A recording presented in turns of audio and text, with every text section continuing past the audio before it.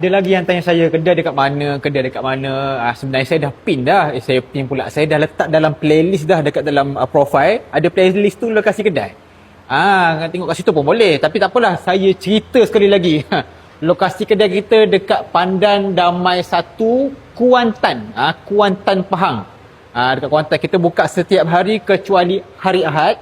Pukul 9 pagi sampai 6 petang. COD memang tak ada, minta maaf sangat. Kita buat COD. Kita dah buka kedai dah, jadi korang kena datang kedai lah, berdiri kat kedai. COD tak ada bang. Satu lagi, hari Jumaat.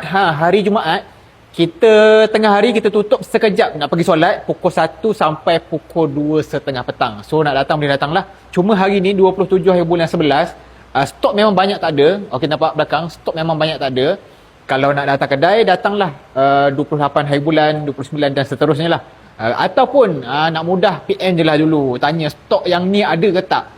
Kalau ada, boleh datang kedai.